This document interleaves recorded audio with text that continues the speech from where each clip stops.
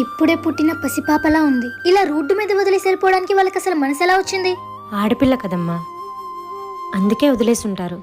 పోనీ అనాథాశ్రమంలో తీసుకెళ్లి వదిలేద్దామా? వద్దురా, మా ఇంటికి తీసుకెళ్లి పెంచుకుంటాను. మీ ఇంటికి ఎలా తీసుకెళ్తావక్క?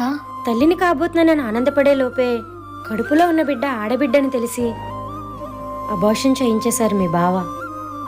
అందుకే కదా అమ్మ అనే పిలుపుకి నేను దూరం అయ్యాను. ఇప్పుడు ఆ దేవుడు మళ్ళీ నాకు తల్లినయ్యే అవకాశాన్ని ఇచ్చాడు. ఈ బిడ్డని నేను దూరం చేసుకోలేను. మరి ఆడపిల్లని పెంచుకోవడానికి బావ ఒప్పుకోడు కదక్క?